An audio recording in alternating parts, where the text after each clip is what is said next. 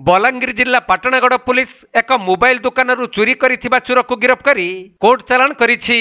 गिरफ होई कोर्ट चालाण होइथिबा चोर जनक पाटणागड़ थाना बेहराबंध गाँवर सोदामपरा भुए बोली जनापड़िछि।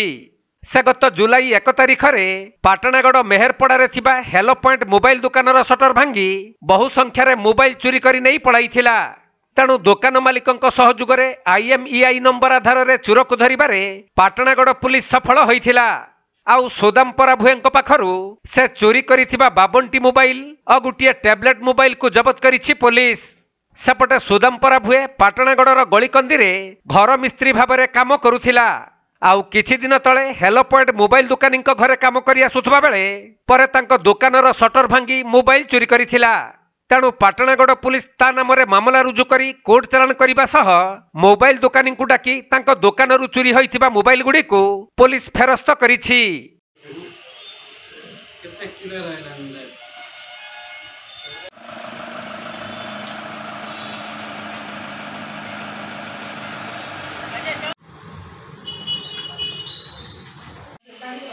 Balangir जिल्लारू Pazhassi बरिहांक report, Konark live.